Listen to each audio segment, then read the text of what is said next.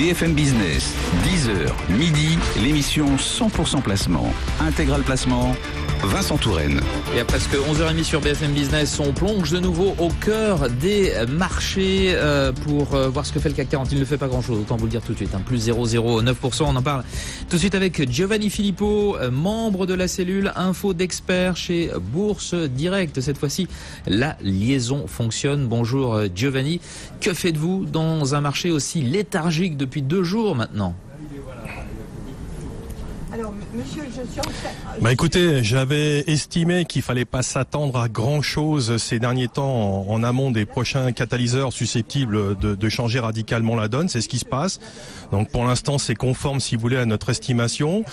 Depuis 12 séances, qu'est-ce qu'on remarque? Que le marché impose un billet haussier plus marqué en se maintenant partie haute, mais quoi de plus normal, je dirais, à ce stade. Alors, on va dire que la période événementielle va commencer dès ce soir, et notamment avec le discours de Donald Trump devant le Congrès. Donc, voilà, il peut y avoir éventuellement demain matin un petit peu plus de volatilité en fonction de ce qu'il dira. Voilà, les attentes sont fortes, et bien entendu, les enjeux sont également de nature à faire évoluer de façon plus radicale le marché.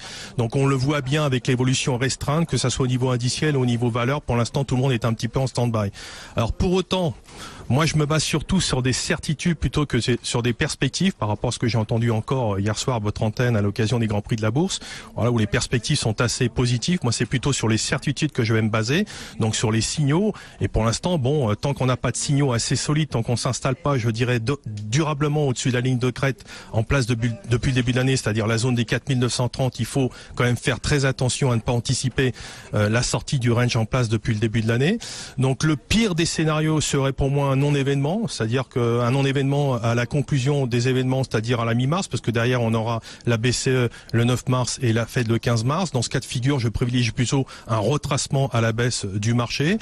Donc sur débordement de 930 solide, on peut éventuellement viser la zone des 5000, voire un petit peu plus. On verra bien si les catalyseurs sont assez forts. Et en revanche, si on s'installe, je dirais, en fin de cette semaine en dessous de 4840, j'ai bien peur qu'on retourne sur la partie basse. Alors je pense pas qu'on ait un trou d'air assez significatif avant la Fed, mais voilà, le pire des scénarios sera un retour éventuellement sur la zone des 4600. Donc le niveau des 5000 n'est pas inenvisageable, mais ce serait vraiment le scénario le plus favorable. Ça serait le scénario le plus favorable, mais comme je vous l'ai dit, pour l'instant, je ne préfère pas anticiper. Je me base surtout sur des certitudes. On verra bien. De toute façon, en zone euro, la situation est toujours délicate. Acheter la zone euro, c'est quand même assez particulier, même si la recovery est jouée depuis déjà 2015-2016, mais elle ne vient pas encore. On a quand même une situation financière assez particulière, un niveau d'endettement assez élevé. Au niveau électoral, l'issue n'est pas forcément, si vous voulez, évidente, même si je pense que de toute façon, ce sera plutôt favorable que défavorable. En ce qui concerne les États-Unis, on ne peut pas écarter, parce que les États-Unis sont quand même dans une situation économique assez favorable depuis 2009. L'économie américaine a bien remonté.